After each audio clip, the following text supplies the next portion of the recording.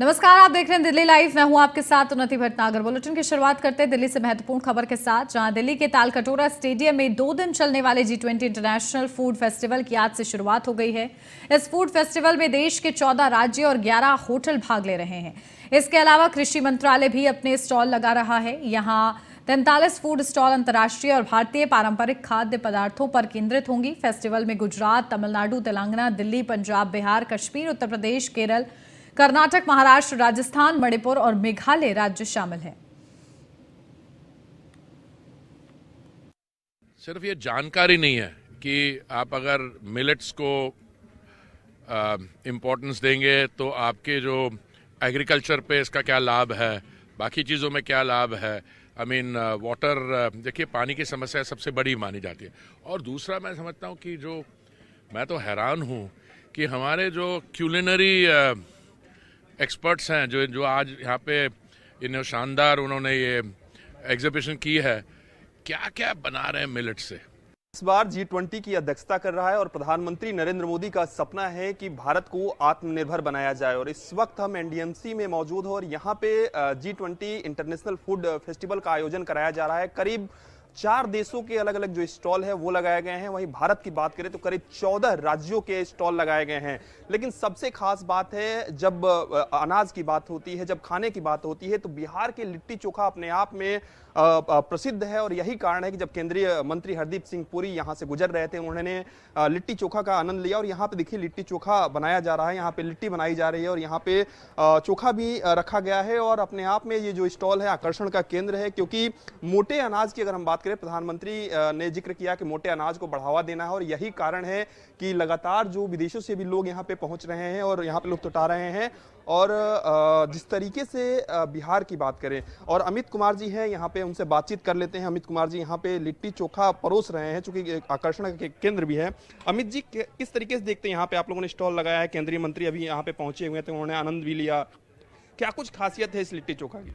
Sir, सबसे बड़ी बात तो ये डिश जो है लिट्टी चोखा इंटरनेशनल डिश बन चुकी है। ये तो बिहार की प्रसिद्ध है, बट ये आज के डेट में जैसे कि संयुक्त राष्ट्र संघ ने हुआ है मोटे मिल्ट इसके बाद में मोटे अनाज को बढ़ावा देने के लिए, तो ये शुद्ध मोटे अनाज से ही बना हुआ है। जैसे आटा के बनाई जाती है, इसको मोटा अनाज में आटा भी आते हैं। अच्छा, पिछली बार आपने देखा होगा प्रधानमंत्री भी जब ऐसे आयोजन में गए थे तो उन्होंने भी बैठकर लिट्टी चोखा का आनंद लिया था। जी जी, तो जैसे कि मैंने पहले भी आपको बताया सर कि ये डिश जो है ना, हमारे भारतीयता की आत्मा से जुड़ी हुई चीज़ है, जो विश्व स्तर पे हम इसको पहुंचा रहे हैं। अगर हमारे केंद्रीय मंत्री और प्रधानमंत्री अगर हमारी तारीफ कर रहे हैं डिश की, तो इसका मतलब स्पष्ट है कि उन्हें ये व्यंजन पसंद आ रहा है। और ये आज के डेट में राष्ट्रीय नहीं, बिहार की व्यंजन नहीं है, ये अंतर्राष्ट्रीय व्यंजन बन चुकी है और लोग पसंद कर रहे हैं। बिल्कुल। और साफ तौर पे देखिए यहाँ पे जब हम लिट्टी चोखा की बात करते हैं और यहाँ पे मिट्टी के बर्तन आप देखेंगे, और सत्तू की बात करें, क्योंकि आमतौर पे ग्रामीण इलाकों में आप जाएंगे, पूर्वांचल के क्षेत्र में जाएंगे, यूपी बिहार में जाएंगे, तो सत्तू काफी प्रसिद्ध होता है। और यहाँ पे सत्तू बनाया जा रहा है। और सत्तू में चाहे हम प्याज की बात करें, नींबू की बात करें, अलग अलग जो चीजें हैं वो डाली जाती है और काफी मशहूर सत्तू होता है। तो निश्चित रूप से मोटे अनाज को लगातार बढ़ावा देने का जो सपना है प्रधानमंत्री का, उसी कड़ी में इस तरीके के जो आयोजन हैं वो कराए जा रहे हैं। और आज करीब 4 देशों की बात करें, 14 राज्यों की बात करें, वहां के अलग अलग जो स्टॉल है, अलग अलग जो फूड स्टॉल है वो लगाए गए हैं। वीडियो जर्नलिस्ट राम त्रिपाठी के साथ पीयूष तिवारी, नई दिल्ली। इस बार सुप्रीम कोर्ट में याचिका दायर कर भारत के प्राचीन शहरों के नाम दोबारा उनके वास्तविक नाम पर रखे जाने की मांग की गई है। याचिका बीजेपी नेता और वकील अश्विनी उपाध्याय दायर की है। याचिका में सूचना के अधिकार के तहत मांग की गई है कि भारत में मध्यकाल में जिन शहरों के नाम विदेशी आक्रांताओं के नाम पर रखे गए हैं, उनके पूर्व के प्राचीन नाम खोजे जाएं। याचिका में रिनेमिंग कमीशन बनाने का निर्देश देने की मांग की गई है। याचिका में कहा गया है कि रिनेमिंग कमीशन पुराने ऐतिहासिक, सांस्कृतिक और धार्मिक स्थलों के उन वास्तविक नाम खोजे जिन्हें विदेशी आक्रांताओं के नाम पर रखे गए हैं।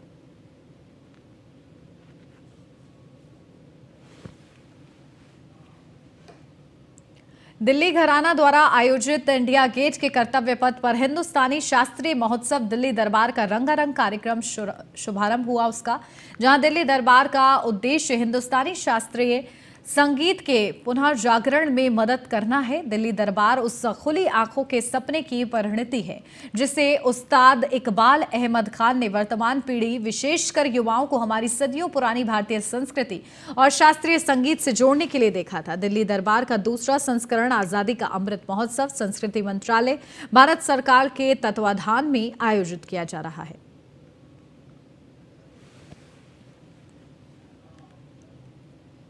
दिल्ली पुलिस की क्राइम ब्रांच ने प्रशांत विहार थाना क्षेत्र में सवारियां शादी पंडाल में हुई संदीप ठाकुर की हत्या के मामले में फरार चल रहे दोनों आरोपियों अंशुल और अमन को बिहार से गिरफ्तार किया है। गौरतलब है कि शुक्रवार रात प्रशांत विहार इलाके में सवारियां टेंट के केटर स्टाफ संदीप ठाकुर द्वारा खाने की प्लेट न देने पर आरोपियों ने संदीप के सिर पर प्लास्टिक की क्रेट मारकर हत्या कर दी गई थी।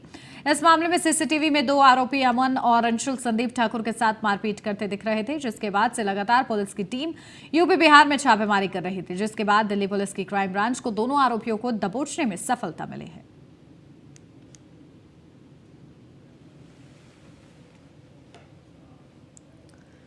पूर्वी दिल्ली के मयूर विहार वार्ड के अंतर्गत आने वाले खिचड़ीपुर इलाके में सुलभ शौचालय खंडर की हालात में पड़ा हुआ है, जिससे स्थानीय लोग परेशान हैं।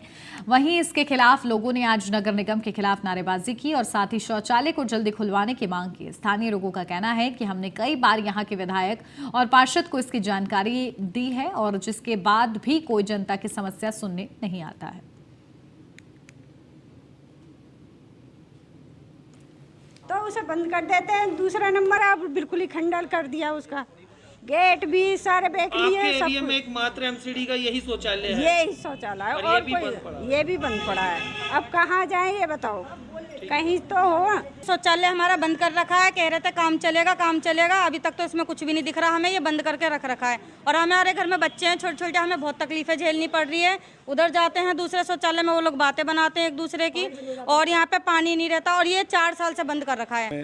एक दिल्ली नगर निगम में एक शौचालय है धोबी घाट के पास हमारे मयूर विहार वार्ड में, और उसका जो मैंने स्टेटस पता किया है वो पिछले 2 साल से उसका टेंडर हुआ पड़ा है। किन्हीं कारणों से नगर निगम में फंड ना होने के कारण अभी नगर निगम एक हुई है, नई हुई है।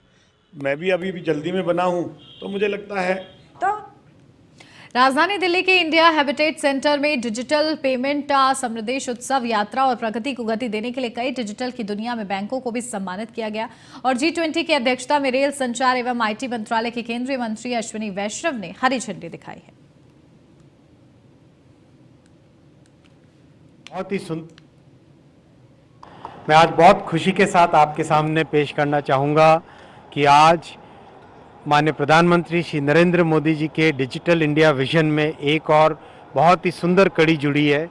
भाषिणी, जो कि एक AI बेस्ड नेचुरल लैंग्वेज का बहुत ही सुंदर सॉफ्टवेयर बना है, उसका और UPI का इंटीग्रेशन हुआ। यानी देश की जो 18 भाषाएं हैं, 18 भाषाओं में से किसी भी भाषा में व्यक्ति बोलकर, अपनी बात कहकर, जस्ट अपने फ़ोन में बात करते हुए पेमेंट कर सकता है। यानी एक छत्तीसगढ़ में महिला अपनी भाषा में बात करके कोई भी अपना पेमेंट कर सकती है।